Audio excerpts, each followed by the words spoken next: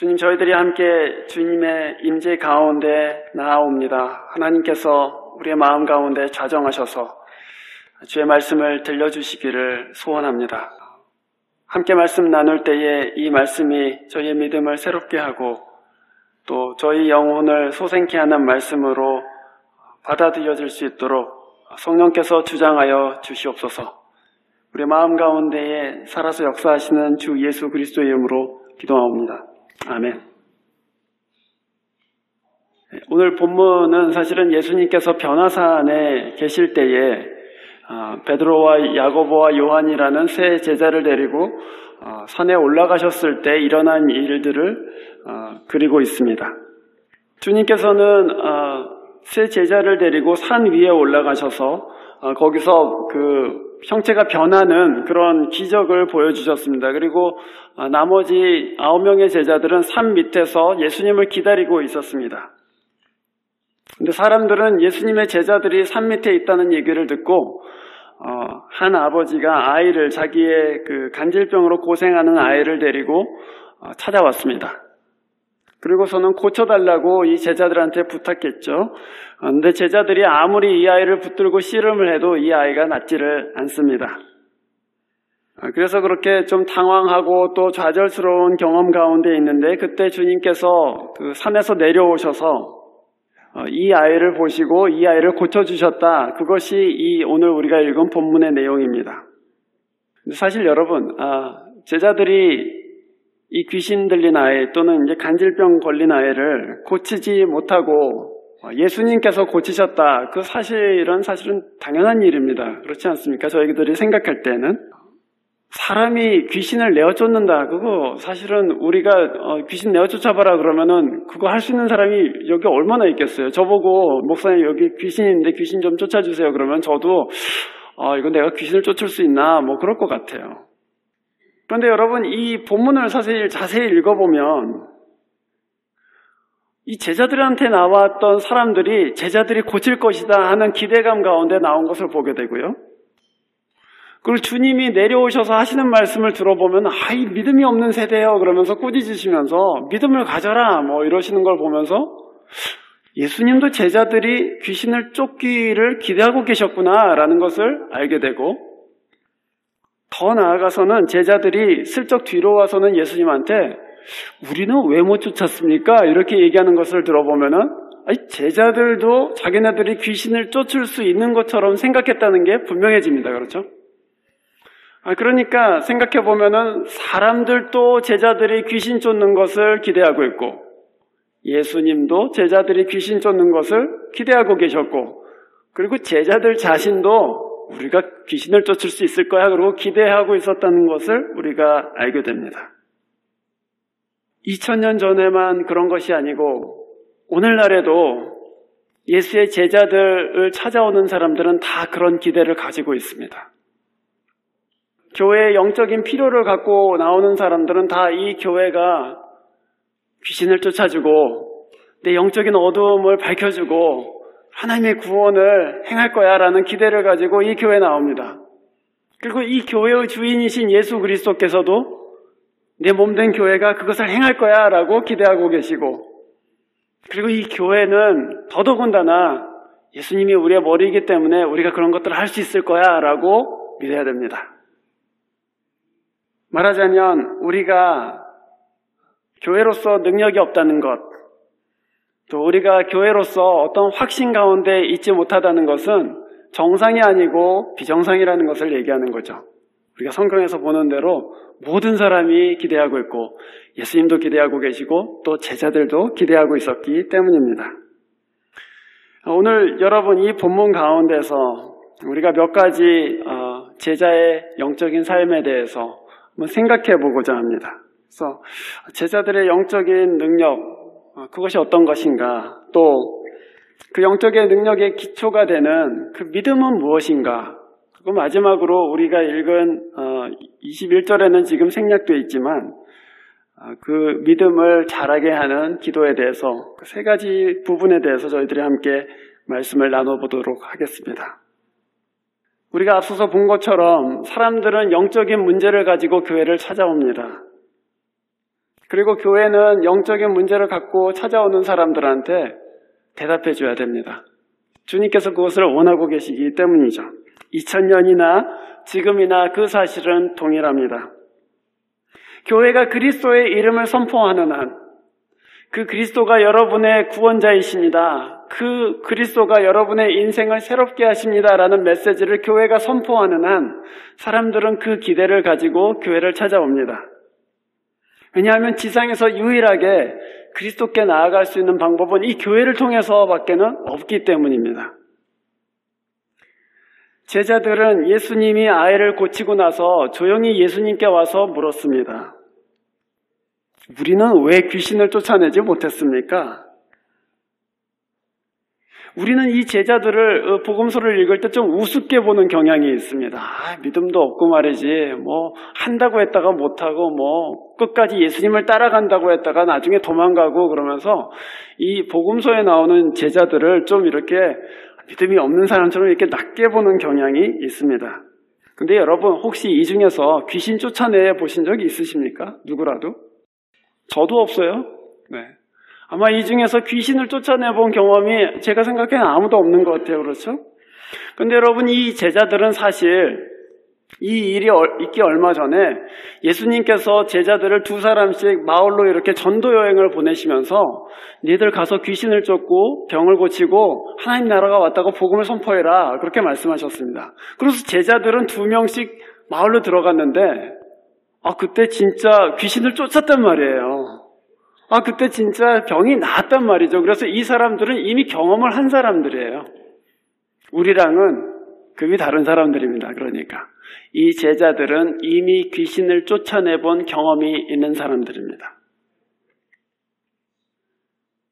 말하자면 하나님의 영적인 권세가 나타나는 것을 경험한 사람들입니다.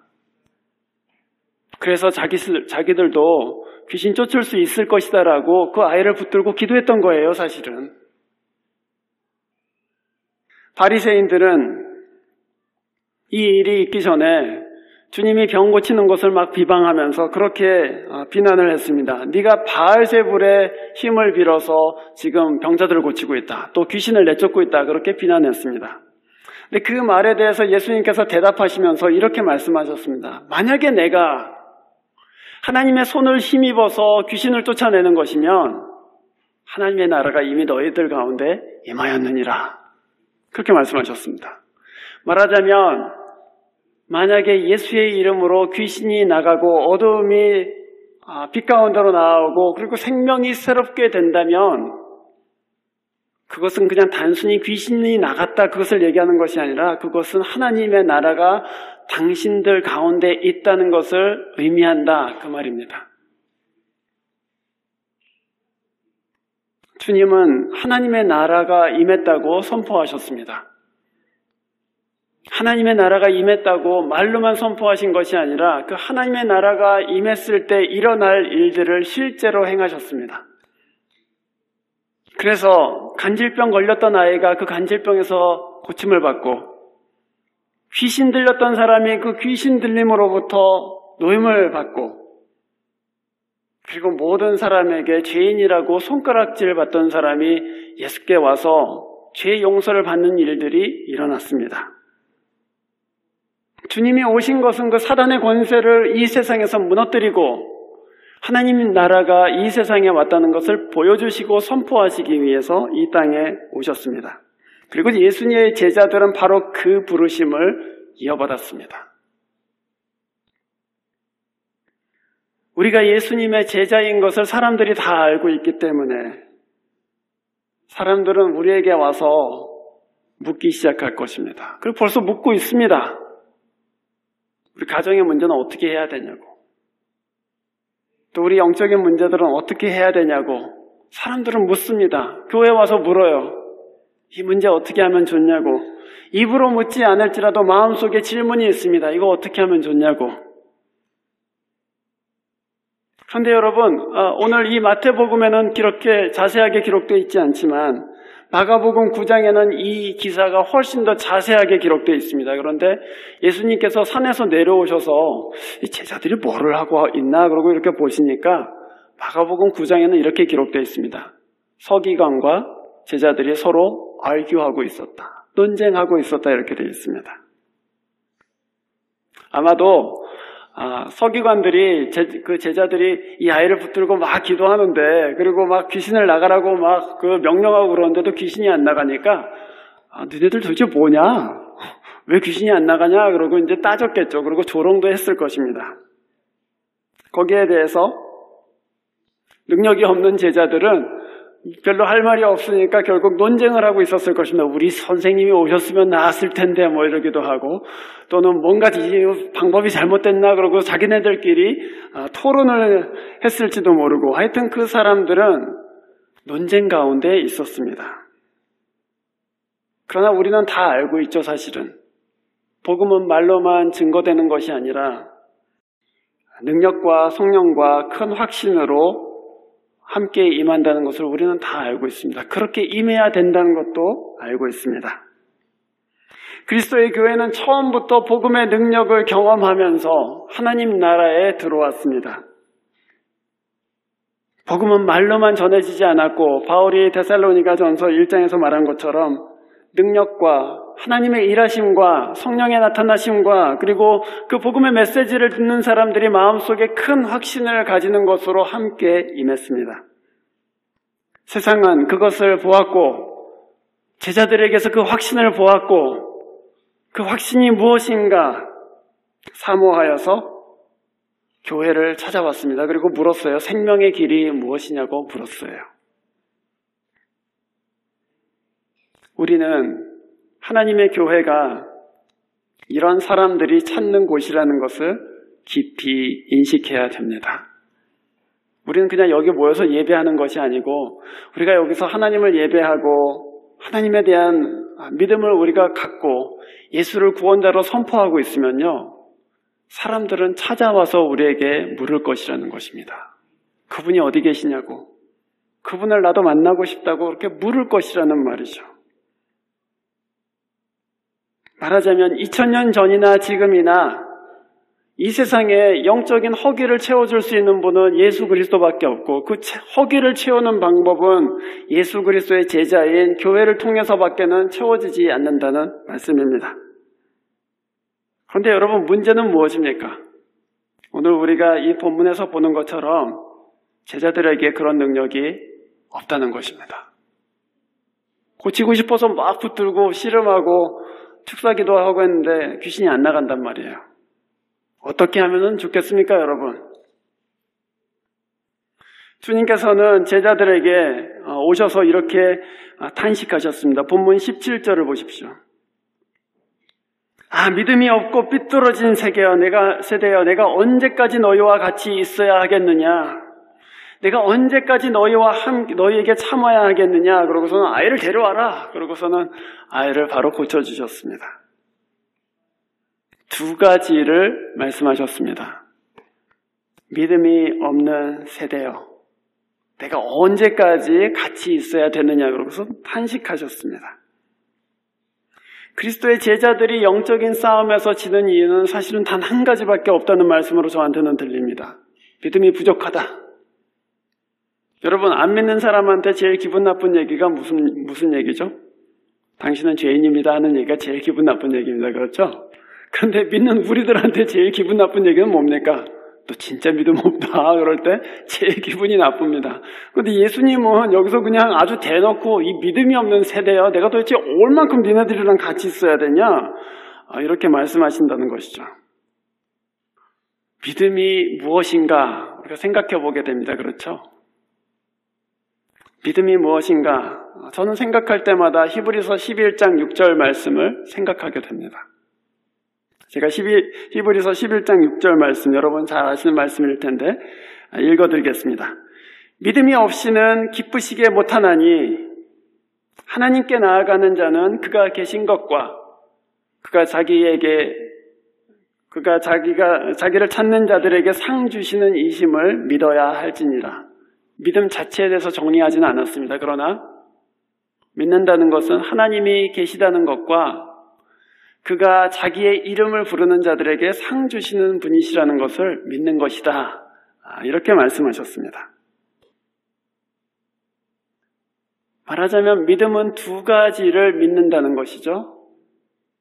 하나는 하나님이 계시다는 것을 믿습니다.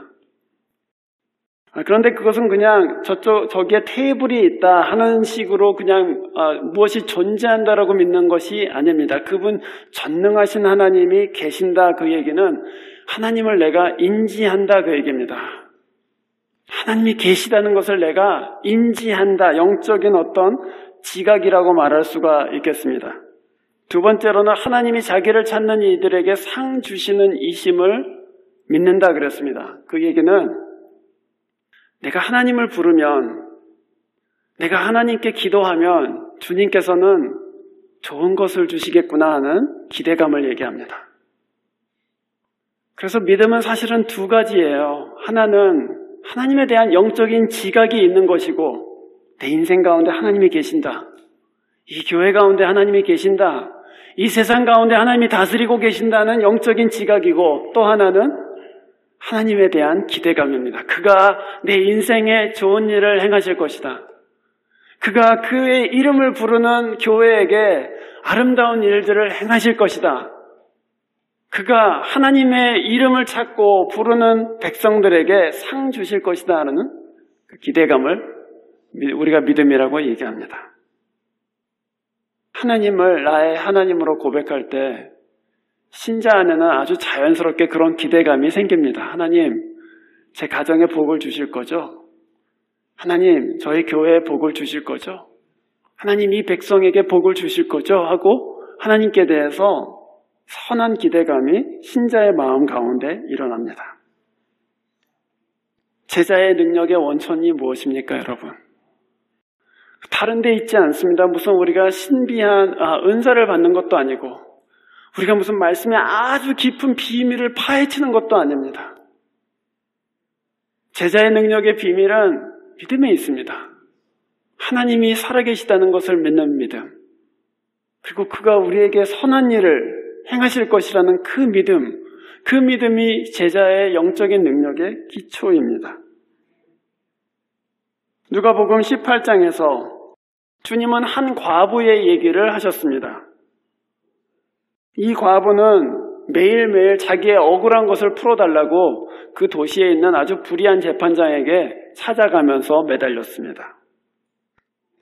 그런데 이 불의한 재판장은 하나님도 알지 못하는 사람이었어요. 그래서 거절하다가 너무 자주 찾아오니까 하루는 이렇게 해갖고는 내가 너무 힘들다. 그래서는 도대체 원하는 게 뭐냐고 그러고서는 그 과부의 사정을 들어주었습니다. 주님께서는 그 비유를 말씀하시면서 제자들한테 이렇게 말씀하셨습니다. 너희가 기도할 때에 낙심하지 말아라. 그게 무슨 말이에요?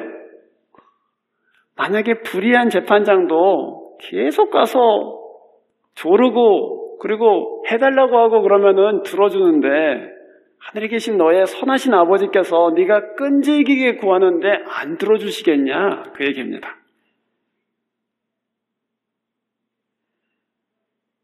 선하신 하나님께서는 그 이름을 부르는 자녀들에게, 그것도 계속해서 부르는 자녀들에게 귀를 막으실 수가 없습니다.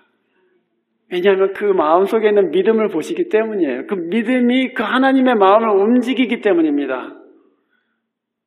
아무리 강한 아버지도 자기 딸이 계속해서 사탕 사달라고 하는데 그거 너 이빨에 안 좋으니까 못 사준다 이렇게 말하기 어렵습니다. 아시죠?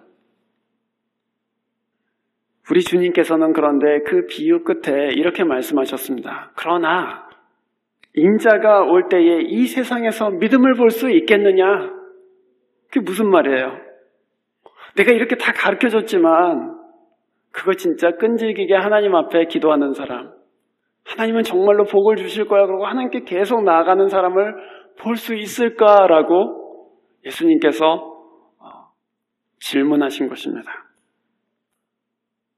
우리가 오늘 본문 17절에서 보는 것처럼 주님께서는 3년 동안 제자들을 훈련시키고 또 그들과 같이 지내시다가 이제 십자가를 지시는 그런 가장 마지막 순간에 오셨는데 제자들이 귀신을 내어쫓지 못하는 것을 보시고서는 답답해서 이렇게 탄식하셨죠. 도대체 내가 언제까지 니네들하고 있어야 되냐? 그 탄식의 중심에 무엇이 있습니까, 여러분? 내가 언제까지 여기 있어야 되냐? 그 얘기는 내가 원하던 것이 맞춰지면 이제 갈 수 있다는 그런 말씀이잖아요. 그럼 뭘 원하시는 거죠? 너희가 너희 마음 가운데에 믿음이 있는 것을 보면 이제 나는 갈 수 있다, 그 말씀입니다.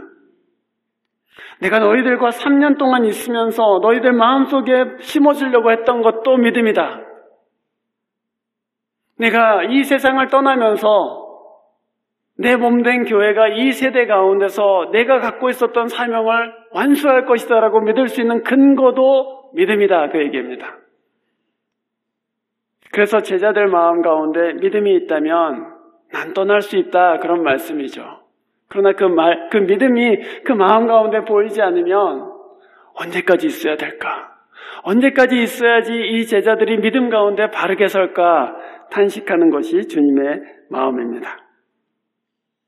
말하자면 우리가 제자로서 이 세상을 살면서 예수님의 제자로 살기 위해서 필요한 것은 무슨 깊은 영적인 지식도 아니고 무슨 재능도 아니고 무슨 기술도 아니고 또는 재물이나 명예도 아닌 믿음밖에는 없다는 말씀입니다.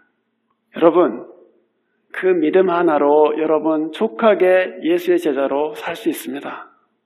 그것을 믿으시기를 바랍니다. 근데 우리한테 질문이 있어요. 오케이, 좋다. 믿음이 있어야 되는구나. 그런데 그 믿음 도대체 얼마나 커야 됩니까? 귀신 내쫓으려면 도대체 믿음이 얼마나 커야 됩니까? 그 질문하게 됩니다. 얼마만한 믿음이 필요한가? 주님은 오늘 20절 말씀에서 이렇게 말씀하셨습니다. 겨자씨 한 알만한 믿음이 너희 가운데 있어도 이 산아 옮겨져라 그러면 그 산이 옮겨질 것이다 라고 말씀하셨습니다. 이 말씀은 사실 여러 사람한테 시험거리가 되는 말씀입니다. 겨자씨 한 알의 믿음. 그러면은 나는 겨자씨 한 알만한 믿음도 없어갖고 지금 이 모양이 이 꼴인가 그런 생각을 하게 되잖아요. 저도 목사지만 이걸 읽으면서 처음에 읽을 때는 그럼 나는 겨자씨 반쪽만한 믿음도 없는 건가? 뭐 이런 생각이 들곤 했었습니다.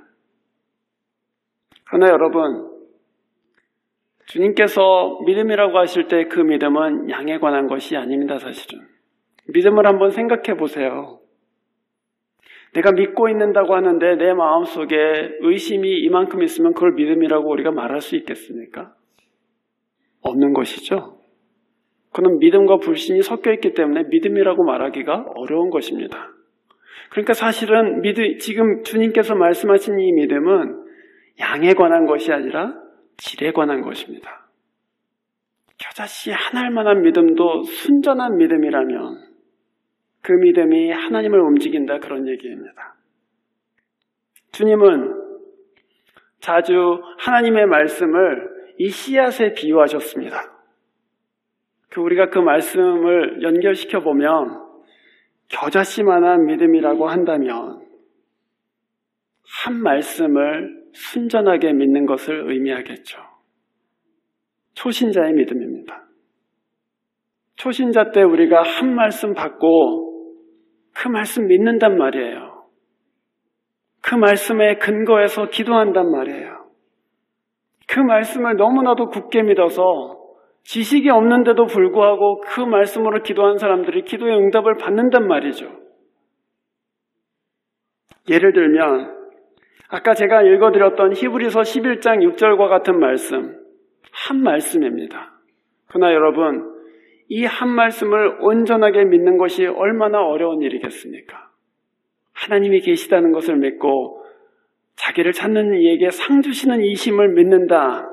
그 믿음을 온전하게 갖고 있으면 다만 한 말씀에 근거한 겨자씨와 같은 믿음일지라 해도 산아 옮겨져라 그러면 옮겨진다는 말씀입니다. 산을 옮길 능력이 있기 때문이 아닙니다. 그 믿음에 하나님의 마음이 움직이기 때문입니다. 그 믿음에 하나님의 마음이 움직여서 하나님이 산을 움직이시기 때문에 겨자씨 한 알만한 믿음으로도 산이 옮겨지는 것이죠. 여러분, 우리의 믿음은 무엇에 근거하고 있습니까?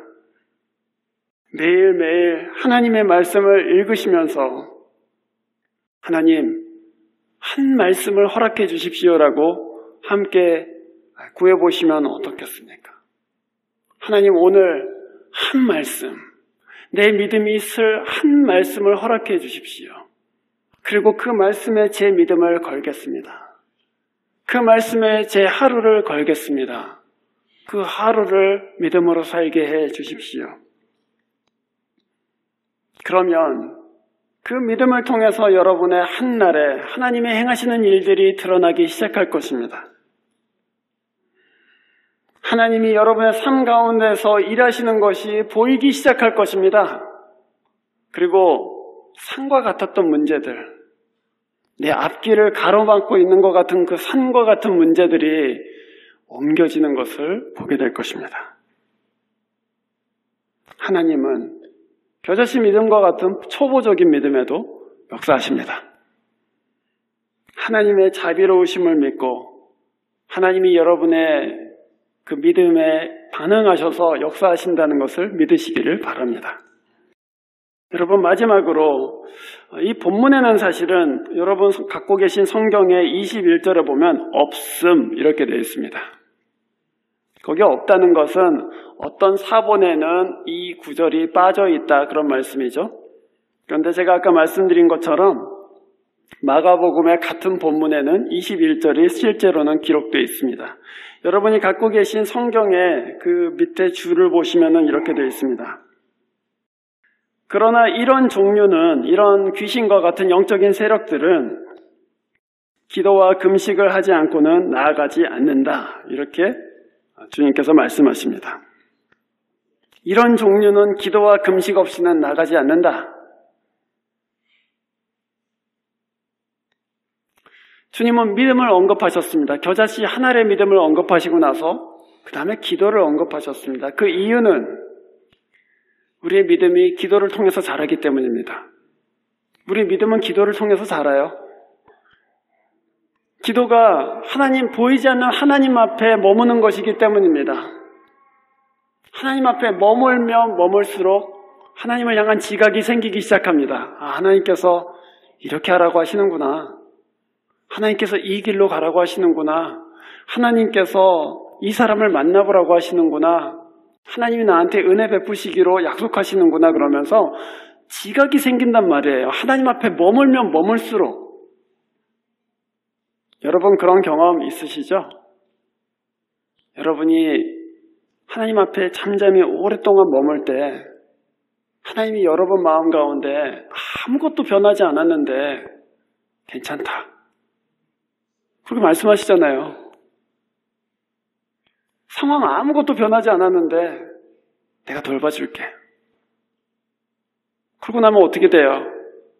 걱정하지 않죠. 하나님이 계시는구나. 하나님이 내 마음을 아시는구나. 하나님이 이 상황을 아시는구나. 하나님이 이 상황에 대해서 통제권을 갖고 계시는구나. 그리고 나보고 그냥 자라고 하시는구나. 걱정하지 말라고, 밤에 그렇게 잠 못 자지 말라고 그냥 자라고 하시는구나. 하나님께서 해결하시겠구나. 그 믿음이 생기잖아요. 기도하면 기도할수록 주님은 나의 주님이십니다. 그렇게 고백하게 되잖아요. 그래서 기도하는 사람들은 그 믿음의 성장을 얻게 됩니다. 여러분, 이 세상에 믿음을 가지고 있는 것처럼 보이지만 사실은 안 믿는 사람들이 있죠. 또 교회를 나오고는 있지만 아직 믿음이 없는 사람들이 있어요. 그런데 그런 분들 여러분 아실 것입니다. 그러니까 여러분도 옛날에 믿음 없이 교회를 다녀보신 경험이 있기 때문에 다 따라할 수 있어요. 예배 나오라고 하면 예배 와서 앉아 있을 수 있습니다. 찬양하면 노래가 좋네. 그러고서 노래도 따라할 수 있어요. 그런데 제일 못하는 게 뭡니까? 우리 기도하자. 그러면은 기도는 5분 이상 하기 힘든데 그래서 다 도망간단 말이에요. 왜 그래요? 기도는 믿음이 있는 사람만 할 수 있기 때문이에요. 기도는 하나님이 계시다는 것을 아는 사람만 할 수 있는 것이기 때문이에요. 기도는 하나님께서 그 이름을 부르는 사람에게는 좋은 것을 주신다는 믿음이 있는 사람만 할 수 있는 것이기 때문에 기도하는 사람은 믿음이 있는 사람이에요. 그리고 기도할 때에 믿음이 생기는 거예요. 다 따라할 수 있지만 기도는 따라할 수 없습니다. 하나님이 계신 것을 믿고 그 존전 앞에 나아가면 나아갈수록 내 안에 있던 불안함은 점점 더 줄어들게 됩니다. 그럴 수밖에 없잖아요. 여러분, 하나님이 내 마음을 채우고 내 정신을 채우기 시작하면 그냥 너무나도 자연적으로 괜찮겠다. 그냥 이 길 가도 괜찮다. 이 문제 그냥 지고 가도 괜찮다 하는 마음이 우리 마음 가운데 들어오는 거예요. 그래서 우리가 낙심하지 않고, 그래서 우리가 기쁨을 잃어버리지 않고, 너 그런 상황에서도 어떻게 그렇게 살고 있냐 할 정도로 평안 가운데 갈 수 있게 되는 것입니다.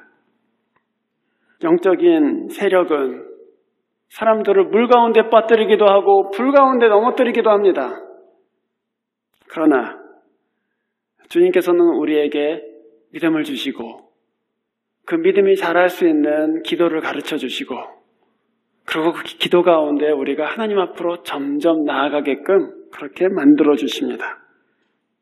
그리스도 교회에는 그리스도의 임재와 능력이 나타나서 영적인 어두움들이 사라지기 시작하고 우리가 갖고 있었던 절망이 희망으로 바뀌기 시작하고 우리가 갖고 있었던 어떤 폐쇄적인 마음과 비판적인 마음들이 주님이 이 교회를 완전케 하실 것이다. 주님께서 우리 가정을 완전케 하실 것이다 하는 기대와 소망으로 반드시 바꾸어 주십니다. 그것은 우리가 무슨 영빨이 좋아서 그런 것이 아닙니다. 그것은 빛이신 하나님 앞에 우리가 나아가면 나아갈수록 그 빛이 우리를 채우기 때문입니다. 여러분, 이 영적인 전쟁이 일어나야 될 첫 번째 전쟁터가 어디입니까? 바로 우리의 마음입니다. 기도하시기를 바랍니다. 하나님 앞에 나아가시기를 바랍니다. 그분이 여러분을 기다리고 계시고 그분이 여러분의 마음을 희망으로 채우기를 원하시고 그분이 이 교회를 주님의 선한 것, 아름다운 것, 능력 있는 것으로 채우시기를 원하십니다. 그 임재 가운데 나아가 그 이름을 부르십시오. 그가 자기의 이름을 부르는 자들에게 상 주시는 하나님이심을 믿고 그 앞으로 나아가시기를 바랍니다. 우리는 그때야 비로소 교회를 찾아오는 사람들, 구원이 어디 있냐고 묻는 사람들, 어떻게 이 문제가 해결될 수 있냐고 우리에게 물어오는 사람들에게 무슨 영적인 대답을 주는 것이 아니라 내가 기도할게. 또는 같이 기도하자. 이렇게 말할 수 있게 되는 것이죠. 그런 그리스도의 교회, 그리스도의 남은 고난에 동참하는 교회가 되기를 주의 이름으로 축원합니다. 기도하겠습니다.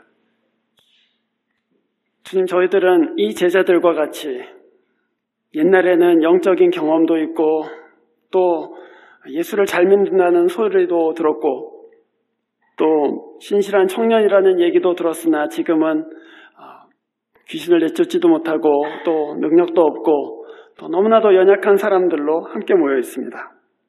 그러나 주님, 오늘 우리가 다시금 이 말씀에 위로를 받고 하나님의 한 말씀을 구하고 자비하신 하나님 앞으로 나아가기를 애쓰고 기도 가운데 주님의 아름다우신 것과 선하신 것을 맛보기를 소원합니다. 주께로 가까이 저희들 모두를 이끌어 주시옵소서. 그리하여 주님의 빛이 우리의 어두움을 몰아내게 해 주시고 그리스도께서 가지고 계셨던 믿음이 제자들의 마음속에 있는 불신을 몰아내게 해 주시고 겨자씨 하나 알 만한 믿음을 가지고 산을 옮기는 교회가 되도록 은혜 베풀어 주시옵소서. 주 예수 그리스도의 이름으로 기도합니다. 아멘.